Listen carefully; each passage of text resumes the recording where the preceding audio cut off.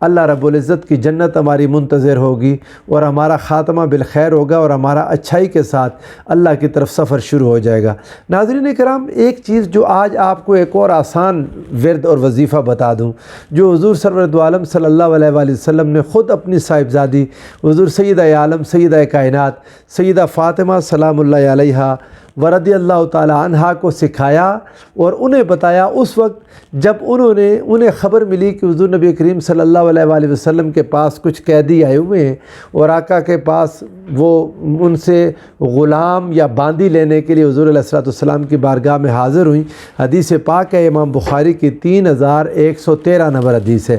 3113 یہ حدیث پاک حضرت سیدہ عالم سیدہ فاطمہ الزہرا سلام اللہ علیہا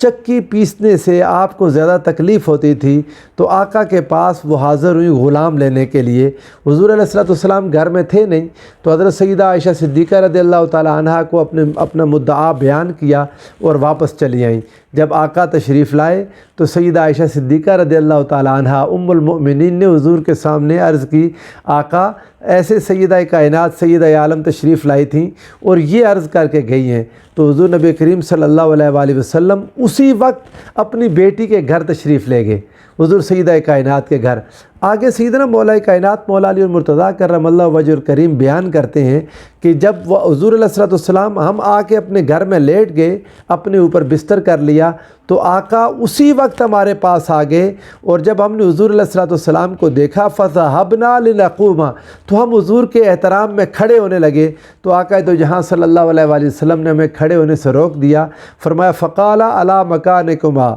عَلَى مَكَانِكُمَا، آقا نے فرمایا اپنی جگہ پر رہو۔ اور اس کے بعد حضور علیہ السلام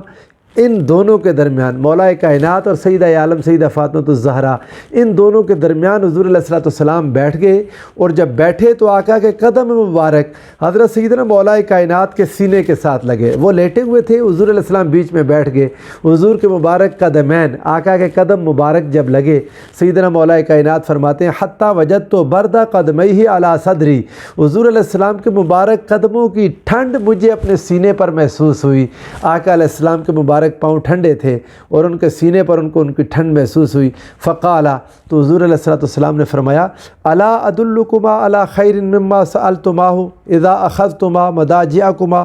آقا علیہ السلام نے فرمایا کیا میں تمہیں اس چیز سے زیادہ بہتر نہ بتا دوں جس کا تم نے مجھ سے سوال کیا؟ اذا اخذتما مضاجعکما، جب تم اپنے بستر پر جاؤ، فکبر اللہ اربعا و ثلاثین، تو اللہ اکبر 34 مرتبہ کہو، وحمدہ ثلاثا و ثلاثین، اور الحمدللہ 33 مرتبہ کہو، وسبحا ثلاثا و ثلاثین، اور سبحان اللہ 33 مرتبہ کہو، فإن ذلک خیر لکما مما سألتماہ، یہ جو تم نے مجھ سے سوال کیا باندی یا غلام کے لیے یہ اس سے زیادہ بہتر ہے۔ حضور نبی کریم صلی اللہ علیہ وآلہ وسلم نے سوتے وقت حضرت سیدہ عالم سیدہ کائنات سیدہ فاطمہ الزہرا سلام اللہ علیہا اور سیدنا مولا کائنات مولا علی المرتضیٰ رضی اللہ تعالیٰ عنہ کو یہ سبق سکھایا اور ان کے توسط سے امت کے ہر فرد کے لیے ہے یہ آسان ترین ہے۔ آگے کچھ دعائیں آئیں گی جو ذرا تفصیلی ہیں، لمبی ہیں، میں آپ کو وہ پڑھا دوں گا، لیکن آغاز میں چاہتا ہوں ان آسان چیزوں سے کر دوں تاکہ ہماری زندگیوں میں شامل ہو جائیں اور ہم ان کو اپنا معمول بنا لیں۔ سونے سے پہلے تھوڑی دیر باوضو ہو کر اپنے بستر پر بیٹھ جائیں اور یہ چیزیں پڑھ کے اپنے اوپر دم کر کے سو جائیں، تاکہ اگر ہمارا اٹھنا نصیب نہ ہوا، اگر ہماری زندگی کی یہ آخری رات ہوئی تو یقیناً بابرکت رات ہوگی، اور اگر اللہ نے ہماری زندگی رکھی ہے ہم اٹھے تو یقیناً شیطان کے وسوسوں اور شیطانی حفاظتوں سے اچھے اٹھیں گے۔ رات کو اگر خواب بھی آئیں گے تو اچھے آئیں گے اور انشاءاللہ العزیز ہمارے اوپر اللہ کی رحمتیں اور برکتیں نازل ہوں گی۔ یہی سبق جو حضور علیہ السلام نے سکھایا ان دونوں کو، اپنے بھائی سیدنا مولا کائنات کو اور اپنی بیٹی کو، آقا دو جہاں صلی اللہ علیہ وآلہ وسلم نے یہ نمازوں کے بعد پڑھنے کے لیے بھی یہی تلقین کیا۔ حضرت کعب بن عجرہ رضی اللہ تعالیٰ عنہ بیان کرتے ہیں، یہ حدیث امام مسلم نے اس کو روایت کیا، حدیث نمبر 596 ہے۔ اور یہ انٹرنیشنل نمبر ہے 596، اور ویسے روٹین میں 1349 نمبر یہ حدیث ہے۔ امام ترمذی نے بھی اسی حدیث کو روایت کیا، حدیث کا نمبر 3409 ہے کہ آقا دو جہاں صلی اللہ علیہ وآلہ وسلم نے ارشاد فرمایا معقبات لا یخیب قائلہن او فاعلہن۔ آقا نے فرمایا کہ فرض نماز کے بعد پیچھے پڑے جانے والی چیزیں ایسی ہیں کہ جو ان کو پڑھے گا یا جو اس کام کو کرے گا کبھی نامراد نہیں ہوگا۔ دبر کل صلاۃ مکتوبۃ، ہر فرض نماز کے بعد جو بھی یہ کام کرے گا وہ کون سا کام ہے؟ فرمایا ثلاث و ثلاثون تسبیحۃ، 33 مرتبہ سبحان اللہ، و ثلاث و ثلاثون تحمیدۃ، اور 33 مرتبہ الحمدللہ، و اربع و ثلاثون تکبیرۃ، اور 34 بار اللہ اکبر۔ آقا نے فرمایا جو شخص یہ ہر فرض نماز کے بعد کرے گا،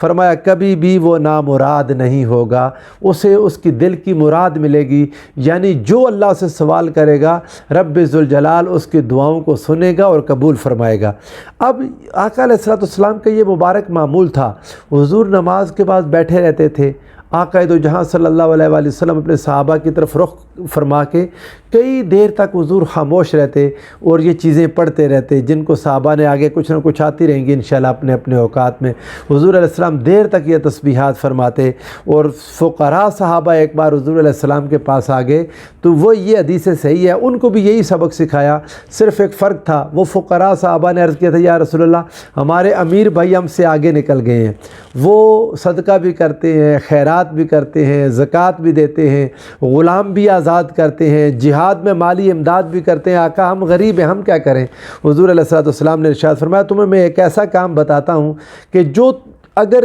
جب تک کوئی شخص یہی کام نہیں کرے گا تو تمہارے برابر نہیں ہو سکے گا۔ تو حضور علیہ السلام نے پھر ان کو یہ بات سکھائی۔ آقا نے فرمایا 33 مرتبہ سبحان اللہ، 33 مرتبہ الحمدللہ، اور 33 مرتبہ اللہ اکبر۔ اس حدیث پاک میں تینوں چیزیں 33 مرتبہ ہیں۔ میرے آقا نے ارشاد فرمایا جو یہ پڑھے گا اس کی برابری صرف وہی شخص کر سکے گا جو یہی پڑھتا ہوگا۔ آگے حدیث تفصیلی ہے، کچھ عرصے بعد وہ غریب صحابہ پھر آگے حضور علیہ السلام کے پاس آ کے عرض کرنے لگے یا رسول اللہ صلی اللہ تعالیٰ علیہ وسلم ہمارے امیر بھائیوں نے یہ سن لیا اور وہ بھی یہی پڑھنے لگ گئے ہیں۔ تو آقا نے ارشاد فرمایا ذالک فضل اللہ یؤتی من یشاء، یہ اللہ کا فضل ہے وہ جسے چاہے عطا فرما دے۔ حضور علیہ السلام نے اسی تسبیح کے لیے میرے آقا نے ارشاد فرمایا جو شخص اس تسبیح کو معمول بنائے گا فرض نمازوں کے بعد اس کے سارے گناہ رب ذوالجلال معاف فرما دے گا، اگرچہ کہ اس کے گناہ سمندر کی جاگ کے برابر ہی کیوں نہ ہوں۔ سنن نسائی میں ایک اور حدیث پاک آئی ہے،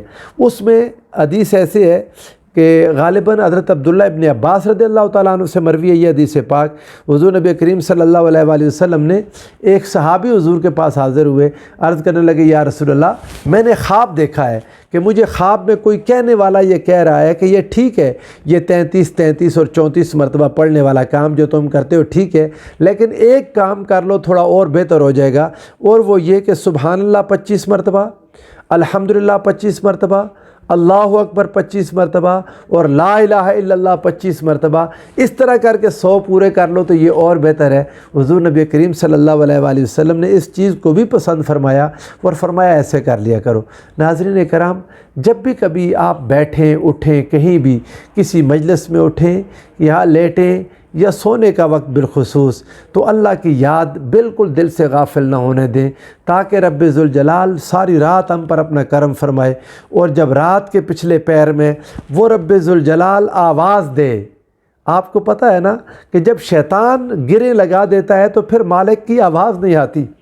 وہ محبوب حقیقی، وہ رب ذوالجلال، وہ ہمارا مالک، وہ ہمارا خالق، وہ آسمان دنیا پر تشریف لاتا ہے رات کے پچھلے لمحوں میں اور آ کر آواز دیتا ہے کوئی مجھ سے مانگنے والا کہ میں اسے عطا کروں۔ لیکن جو شخص رات بے فکری سے سو جاتا ہے، ایسے اللہ کو یاد کر کے نہیں سوتا، تسبیحات تذکیرات، اللہ کو یاد کرنا اور اللہ کے ذکر کے الفاظ نہیں بول کے سوتا، پھر وہی ہوتا ہے کہ رات پہ ویتے بے دردانو سکھ دی نیندر آوے تے درد مندانو تانگ سجن دی ستیاں آن جگاوے۔ اگر کوئی ایسے پڑھ کے سوئے گا تو یقیناً رب ذوالجلال جب آواز دے گا تو وہ آواز یہ محسوس کرے گا اور پھر اللہ کے حضور کھڑا ہو جائے گا۔ اللہ تعالیٰ ہمیں اپنے ذکر و اذکار کی، اپنی تسبیحات کی توفیق عطا فرمائے، اور یاد رکھیں یہ ذکر